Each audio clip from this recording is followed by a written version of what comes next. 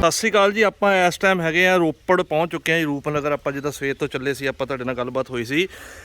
ਇੱਥੇ ਮਹਾਰਾਜਾ ਰਣਜੀਤ ਸਿੰਘ ਨੇ ਜਿਹੜਾ ਇੱਕ ਰਾਜ ਸਥਾਪਿਤ ਕੀਤਾ ਸੀ, ਆਪਣਾ ਜੋ ਸਿੱਖ ਧਰਮ ਦਾ ਜਿਹੜਾ ਪਹਿਲਾ ਸ਼ਾਸਕ ਹੋਇਆ, ਜਿਹੜਾ ਪਹਿਲਾ ਰਾਜਾ ਹੋਇਆ, ਉਹਦੇ ਵੱਲੋਂ ਇੱਕ ਰਾਜ ਸਥਾਪਿਤ ਕੀਤਾ ਗਿਆ ਸੀ। ਖਾਲਸਾ ਰਾਜ ਉਹਦਾ ਨਾਮ ਰੱਖਿਆ ਗਿਆ ਸੀ। ਮਹਾਰਾਜਾ ਰਣਜੀਤ ਸਿੰਘ ਉਹਦੇ ਰਾਜਾ ਸੀਗੇ। ਉਹਨਾਂ ਵੱਲੋਂ ਜਿਹੜੀ ਸਾਹਮਣੇ ਆਪਾਂ ਨਿਸ਼ਾਨ ਸਾਹਿਬ ਦਿਖਾਉਣ ਦੀ ਕੋਸ਼ਿਸ਼ ਕਰਦੇ ਹਾਂ।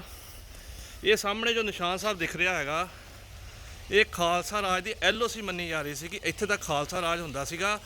ਔਰ ਇਸ ਖਾਲਸਾ ਰਾਜ ਦਾ ਜਿਹੜਾ ਸੀਗਾ, ਇਹ ਸਤਲੁਜ ਦਰਿਆ ਹੈ ਜੀ। ਸਤਲੁਜ ਦਰਿਆ ਉਧਰਲੇ ਪਾਸੇ ਜਿਹੜਾ ਖਾਲਸਾ ਰਾਜ ਹੁੰਦਾ ਸੀ, ਜਿਹੜਾ ਕਾਬਲ ਕੰਧਾਰ ਤੱਕ ਜਾਂਦਾ ਸੀਗਾ, ਇੱਧਰਲਾ ਹਿੱਸਾ ਜਿਹੜਾ ਸੀ ਉਹ ਅੰਗਰੇਜ਼ਾਂ ਦੇ ਕੋਲ ਕਬਜ਼ੇ ਵਿੱਚ ਹੁੰਦਾ ਸੀਗਾ।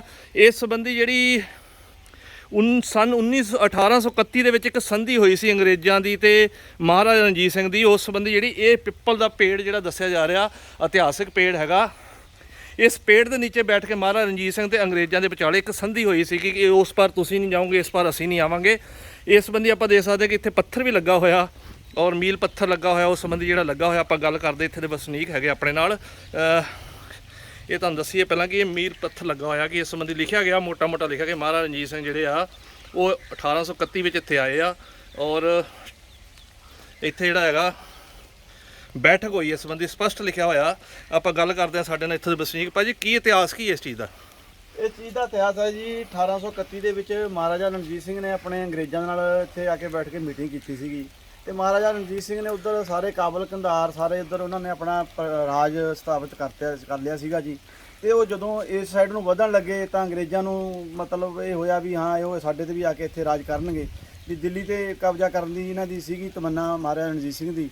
ਤੇ ਫਿਰ ਉਹਨਾਂ ਨੇ ਅੰਗਰੇਜ਼ਾਂ ਨੇ ਇਸ ਥਾਂ ਤੇ ਬੈਠ ਕੇ, ਕਿਉਂਕਿ ਇਹ ਜਿਹੜੇ ਇਹ ਸਤਲੁਜ ਦਰਿਆ ਹੈ ਇਹ ਵਿਚਕਾਰ ਸੀਗਾ, ਮਤਲਬ ਮੰਨ ਲਓ LOC ਸੀ ਉਸ ਟਾਈਮ ਦੀ। ਅੱਛਾ ਜੀ। ਤੇ ਮਹਾਰਾਜਾ ਰਣਜੀਤ ਸਿੰਘ ਇੱਥੇ ਦੂਜੇ ਪਾਸੇ ਆ ਕੇ ਇੱਕ ਦਿਨ ਪਹਿਲਾਂ ਆ ਕੇ ਇੱਥੇ ਉੱਪਰ ਰੁਕ ਗਏ ਸੀਗੇ ਤੇ ਅੰਗਰੇਜ਼ ਇੱਧਰ ਸੀਗੇ। ਫਿਰ ਦੂਜੇ ਦਿਨ ਇੱਥੇ ਬੈਠ ਕੇ ਉਹਨਾਂ ਨੇ ਸਾਰੀ ਇਹ ਸੰਧੀ ਕੀਤੀ ਸੀਗੀ ਅੰਗਰੇਜ਼ਾਂ ਨਾਲ ਵੀ ਮੈਂ ਤੁਹਾਡੇ ਵੱਲ ਨਹੀਂ ਵਧੂੰਗਾ, ਅਸੀਂ ਇੱਧਰ ਨੂੰ ਨਹੀਂ ਆਵਾਂਗੇ, ਤੁਸੀਂ ਉੱਧਰ ਸਾਡੇ ਵੱਲ ਨੂੰ ਨਹੀਂ ਆਵਾਂਗੇ। ਇੱਥੇ ਬੈਠ ਕੇ ਸੰਧੀ ਹੋਈ ਸੀ। ਇੱਥੇ ਬੈਠ ਕੇ ਸੰਧੀ ਹੋਈ ਸੀ। ਇਹ ਪਿੱਪਲ ਉਸ ਟਾਈਮ ਦਾ ਹੈ ਤੇ ਵੱਡਾ ਪਿੱਪਲ ਸੀਗਾ, ਬਹੁਤ ਵੱਡਾ ਪਿੱਪਲ ਸੀ, ਪਰ ਉਹ ਪਿੱਪਲ ਟੁੱਟਣ ਨਾਲ ਇਹ ਛੋਟਾ ਪਿੱਪਲ ਰਹਿ ਗਿਆ ਸੀ ਉਹਨਾਂ ਦੇ ਨਾਲ ਦਾ। ਠੀਕ ਹੈ ਜੀ। ਇਹ ਪਿੱਪਲ ਉਸ ਟਾਈਮ ਦਾ ਉਹ ਮੌਜੂਦ ਹੈ ਜੀ।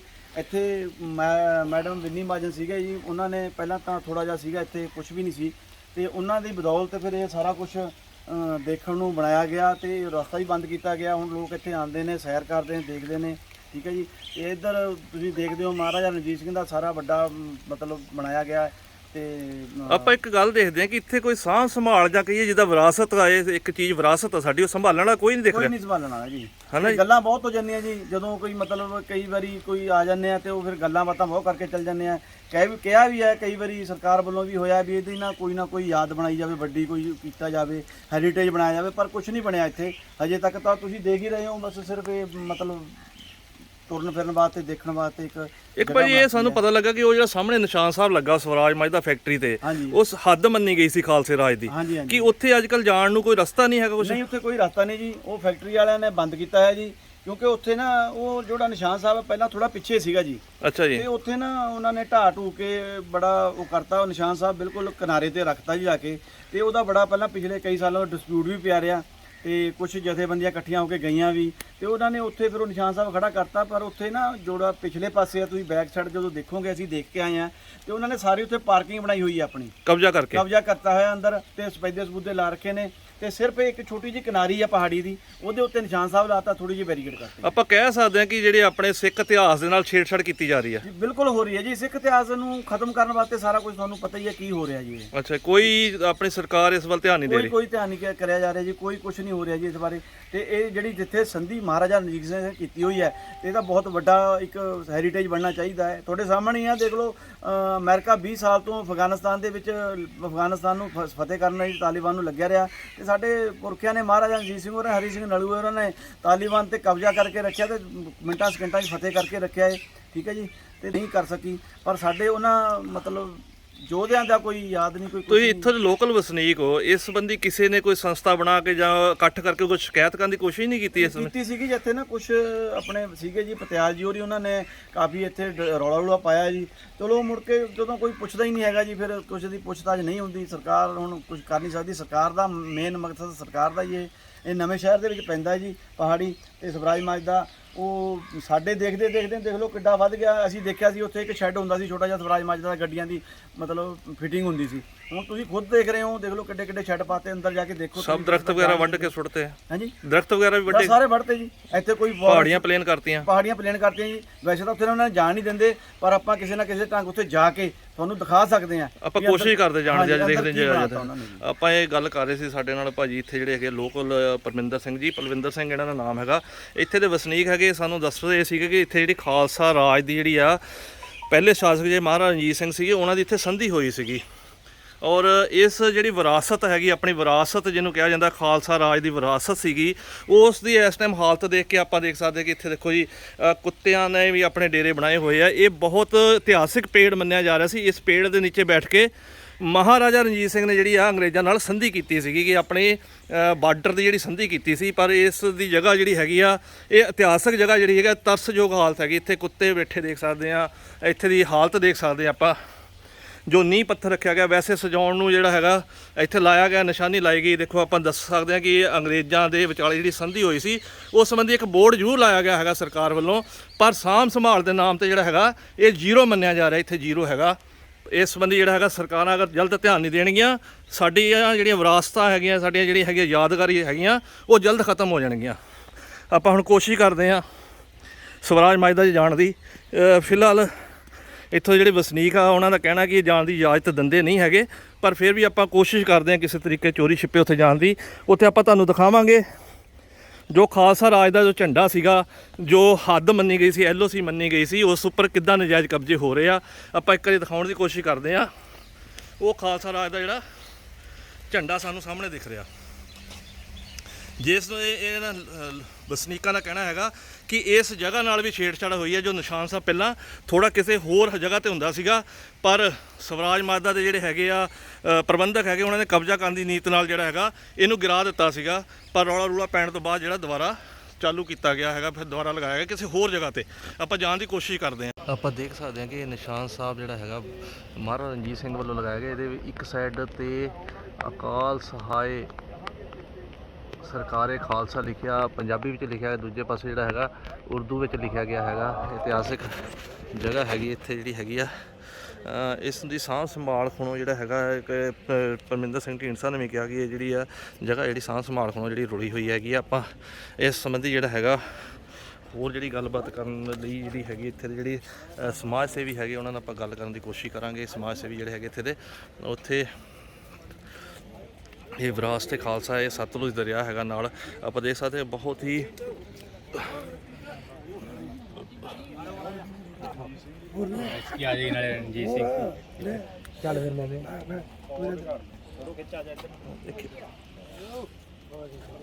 ਚੱਲ ਫਿਰ ਲੈ ਉਧਰੋਂ ਪੜ ਲੈ। ਢੀਂਡਸਾ ਸਾਹਿਬ, ਆਪਾਂ ਜਿੱਦਾਂ ਅੱਜ ਇੱਥੇ ਪਹੁੰਚੇ ਆ, ਪਹੁੰਚਣ ਲੱਗੇ ਕਿੰਨੀ ਕੁ ਮੁਸ਼ਕਲ ਤੁਹਾਨੂੰ ਲੱਗੀ ਇੱਥੇ ਤੱਕ ਪਹੁੰਚਦੇ ਆ ਜੀ? ਦੇਖੋ, ਜਦ ਕੋਈ ਵਿਰਾਸਤੀ ਜਗ੍ਹਾ ਹੁੰਦੀ ਹੈ ਕੋਈ ਮੁਸ਼ਕਿਲ ਤਾਂ ਮਹਿਸੂਸ ਨਹੀਂ ਹੁੰਦੀ, ਪਰ ਇੱਕ ਗੱਲ ਹੈ ਵੀ ਇਹ ਦੀ ਜਗ੍ਹਾ ਦੀ ਸਾਂਭ ਸੰਭਾਲ ਦੀ ਬਹੁਤ ਲੋੜ ਹੈ। ਆਮ ਲੋਕਾਂ ਵਾਸਤੇ ਇੱਥੇ ਪਹੁੰਚਣਾ ਸੰਭਵ ਨਹੀਂ ਹੈ, ਕਿਉਂਕਿ ਇਹ 1831 ਦੀ ਜਿਹੜੀ ਸਿੱਖ ਰਾਜ ਦੀ ਅਤੇ ਅੰਗਰੇਜ਼ਾਂ ਦੀ ਸੰਧੀ ਹੋਈ ਸੀ, ਉਹਦੇ ਨਾਲ ਜੁੜਿਆ ਹੋਇਆ ਸਥਾਨ ਹੈ ਜਿੱਥੇ ਫੌਜਾਂ ਦਾ ਟਿਕਾਣਾ ਸੀ। ਤੇ ਇਹ ਬੜੀ ਇਤਿਹਾਸਕ ਜਗ੍ਹਾ ਤੇ ਇਹਦੀ ਸਾਂਭ ਸੰਭਾਲ ਕਰਨੀ ਚਾਹੀਦੀ ਹੈ। ਸਿੱਖ ਰਾਜ ਦਾ ਹਿੱਸਾ ਸੀ ਤੇ ਸਿੱਖ ਰਾਜ ਦਾ ਮੈਂ ਸਮਝਦਾ ਇੱਕ ਹੱਦ ਸੀ ਇਹ, ਜਿੱਥੇ ਜਿਹੜੀਆਂ ਫੌਜਾਂ ਤੈਨਾਤ ਸੀ। ਤੇ ਬੜਾ ਲੰਬਾ ਇਤਿਹਾਸ ਤੋਂ ਬਾਅਦ ਜਿਹੜਾ ਸਾਨੂੰ ਇਹ ਸਾਰੀਆਂ ਜਿਹੜੀਆਂ ਗੌਰਵਮਈ ਸਥਾਨ ਨੇ ਸਾਨੂੰ ਮਿਲੇ ਨੇ। ਤੇ ਮੈਂ ਆਸ ਕਰਦਾ ਵੀ ਸਾਨੂੰ ਸਭ ਨੂੰ ਵੈਸੇ ਯਤਨ ਕਰਨ ਦੀ ਲੋੜ ਹੈ, ਤੇ ਸਰਕਾਰ ਨੂੰ ਵੀ ਮੈਂ ਬੇਨਤੀ ਕਰਦਾ ਕਿ ਇਹਦੀ ਸੇਵਾ ਸੰਭਾਲ ਵੀ ਕੀਤੀ ਜਾਵੇ ਤੇ ਇੱਥੇ ਕੋਈ ਵਧੀਆ ਯਾਦਗਾਰ ਮਿਊਜ਼ੀਅਮ ਜਾਂ ਕੋਈ ਹੋਰ ਜਿਹੜੀ ਹੈ ਕਿਸ ਰੂਪ 'ਚ ਬਣਾਉਣਾ ਚਾਹੁੰਦੇ ਉਹ ਬਣਾਇਆ ਜਾਵੇ। ਇੱਕ ਰਸਤਾ ਇੱਥੇ ਆਉਣ ਦਾ ਪ੍ਰਬੰਧ ਕੀਤਾ ਜਾਵੇ, ਸੜਕ ਬਣਾਈ ਜਾਵੇ, ਕਿਉਂਕਿ ਹੁਣ ਜਿਹੜੀ ਸੜਕ ਹੈ ਉਹ ਸਵਰਾਜ ਮਾਜਦਾ ਫੈਕਟਰੀ ਦੇ ਵਿੱਚ ਦੀ ਆਉਂਦੀ ਹੈ। ਇੱਕ ਵੱਖਰੀ ਸੜਕ ਬਣਾਈ ਜਾਵੇ ਤੇ ਉੱਤੇ ਆਉਣ ਤੱਕ ਰਸਤਾ, ਤੇ ਇਸ ਜਗ੍ਹਾ ਦੇ ਉੱਤੇ ਕੋਈ ਵੱਡੀ ਯਾਦਗਾਰ ਬਣੇ, ਇਹ ਸਾਡੀ ਮੰਗ ਵੀ ਹੈ। ਤੇ ਮੈਂ ਜਿਹੜਾ ਹੈ ਗੁਰਮਤਿ ਵਿਚਾਰ ਮੰਚ ਪਟਿਆਲਾ ਸਾਹਿਬ ਤੇ ਉਹਨਾਂ ਦੇ ਸਾਰੇ ਸਾਥੀ ਲੋਧੀ ਮਾਜਰਾ ਸਾਹਿਬ, ਸਾਰਿਆਂ ਦਾ ਹੀ ਮੈਂ ਤਹਿ ਦਿਲੋਂ ਧੰਨਵਾਦ ਕਰਦਾ ਵੀ ਉਹ ਜਿਹੜਾ ਹੈ ਬਹੁਤ ਉਦਮ ਕਰ ਰਹੇ ਨੇ ਇਸ ਜਗ੍ਹਾ ਦੀ ਸੇਵਾ ਦੀ ਸੰਭਾਲ ਵਾਸਤੇ। ਤੇ ਉਹਨਾਂ ਦੀ ਇੱਕ ਮਨ ਦੀ ਇੱਛਾ ਹੈ ਵੀ ਇਹਨੂੰ ਇੱਕ ਇਤਿਹਾਸਦਾਰ ਜਿਹੜੀ ਚੀਜ਼ ਹੈ, ਇੱਕ ਬੜਾ ਇੱਥੇ ਵਧੀਆ ਇਹ ਸਥਾਨ ਸਿੱਖ ਕੌਮ ਦਾ ਬਣਾਇਆ ਜਾਵੇ। ਸੋ ਅਸੀਂ ਵੀ ਇਹਨਾਂ ਨੂੰ ਸਹਿਯੋਗ ਦੇਵਾਂਗੇ ਤੇ ਢੀਂਡਸਾ ਸਾਹਿਬ ਨੇ ਆਪਦੇ ਵੱਲੋਂ ਇਸ ਸਥਾਨ ਲਈ ਉਹਨਾਂ ਦੇ MP ਕੋਟੇ ਦੇ ਵਿੱਚੋਂ 5 ਲੱਖ ਦੇਣ ਦਾ ਐਲਾਨ ਕੀਤਾ ਹੈ, ਜਿਹੜਾ ਜਲਦੀ ਜਿਹੜਾ ਡਿਪਟੀ ਕਮਿਸ਼ਨਰ ਨਵਾਂ ਸ਼ਹਿਰ ਨੂੰ ਪਹੁੰਚ ਜਾਏਗਾ। ਤਾਂ ਮੈਂ ਆਸ ਕਰਾਂਗਾ ਕਿ ਸਰਕਾਰ ਵੀ ਜਿਹੜੀ ਹੈ ਇਹਦੇ ਵਾਸਤੇ ਉਦਮ ਕਰੇ। ਤੇ ਢੀਂਡਸਾ ਸਾਹਿਬ, ਜਿੱਦਾਂ ਆਪਾਂ ਦੇਖਿਆ ਕਿ ਖਾਲਸਾ ਰਾਜ ਦੇ ਜਿਹੜਾ ਕੀਤਾ ਆਪਣਾ ਪਹਿਲਾ ਸਿੱਖ ਸ਼ਾਸਕ ਹੋਏ ਆ ਮਹਾਰਾਜਾ ਰਣਜੀਤ ਸਿੰਘ, ਉਹਨਾਂ ਦੇ ਨਿਸ਼ਾਨ ਸਾਹਿਬ ਨਾਲ ਵੀ ਕਹਿੰਦੇ ਕੋਈ ਛੇੜਛਾੜ ਹੋਈ ਆ, ਕੋਈ ਜਗ੍ਹਾ ਬਦਲੀ ਕੀਤੀ ਗਈ ਇੱਥੇ। ਦੇਖੋ ਉਹ ਸਾਰੀ ਇਨਕੁਆਇਰੀ 'ਚ DC ਸਾਹਿਬ ਨੂੰ ਅਸੀਂ ਬੇਨਤੀ ਕਰਦੇ ਹਾਂ ਵੀ ਕਾਫੀ ਚੀਜ਼ ਦੀ ਕਿੰਨੀ ਜਗ੍ਹਾ ਸੀ ਇਹ, ਉਹਦੇ 'ਚੋਂ ਕਿਹਦੇ ਕਬਜ਼ੇ 'ਚ ਹੈ, ਕਿਹਦੇ ਕੋਲ ਨਜਾਇਜ਼ ਕਬਜ਼ਾ ਹੈ, ਉਹ ਸਾਰੀਆਂ ਚੀਜ਼ਾਂ ਦਾ ਇੱਕ ਇਨਕੁਆਇਰੀ ਕਰਾਉਣ ਦੀ ਲੋੜ ਹੈ।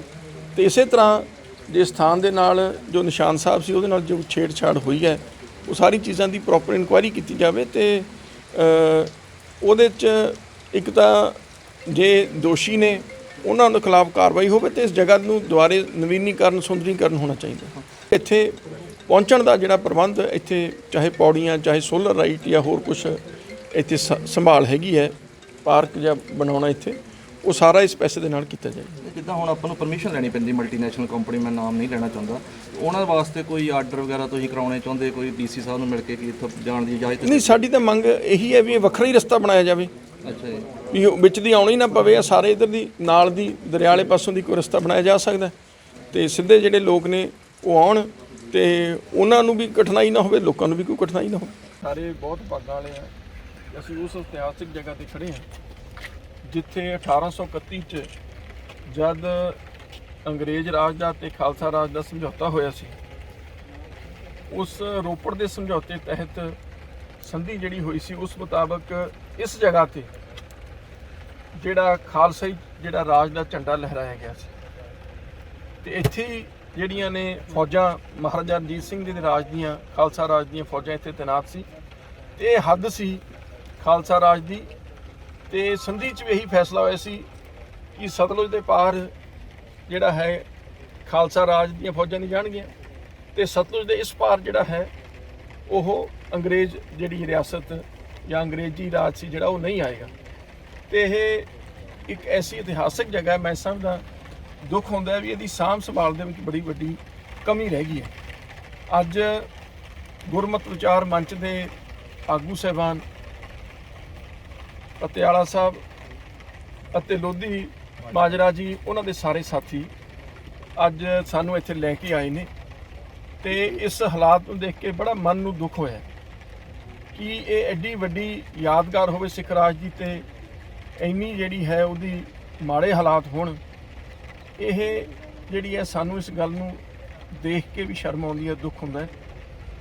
ਤੇ ਮੈਂ ਇਹ ਆਸ ਕਰਦਾ ਕਿ ਅਸੀਂ ਸਾਰੇ ਰਲ ਕੇ ਇਸ ਜਗ੍ਹਾ ਨੂੰ ਹੋਰ ਸੁੰਦਰ ਬਣਾਉਣ ਲਈ, ਇਸ ਜਗ੍ਹਾ ਨੂੰ ਸਾਂਭਣ ਲਈ ਅਤੇ ਇਸ ਜਗ੍ਹਾ ਦਾ ਨਾਂ ਵਿਸ਼ਵ ਤੱਕ ਪਹੁੰਚਾਉਣ ਲਈ ਅਸੀਂ ਸਾਰੇ ਰਲ ਕੇ ਕੰਮ ਕਰੀਏ, ਜਿਹਦੇ ਵਾਸਤੇ ਢੀਂਡਸਾ ਸਾਹਿਬ ਨੇ 5 ਲੱਖ ਰੁਪਏ ਦੇਣ ਦਾ ਐਲਾਨ ਵੀ ਕੀਤਾ।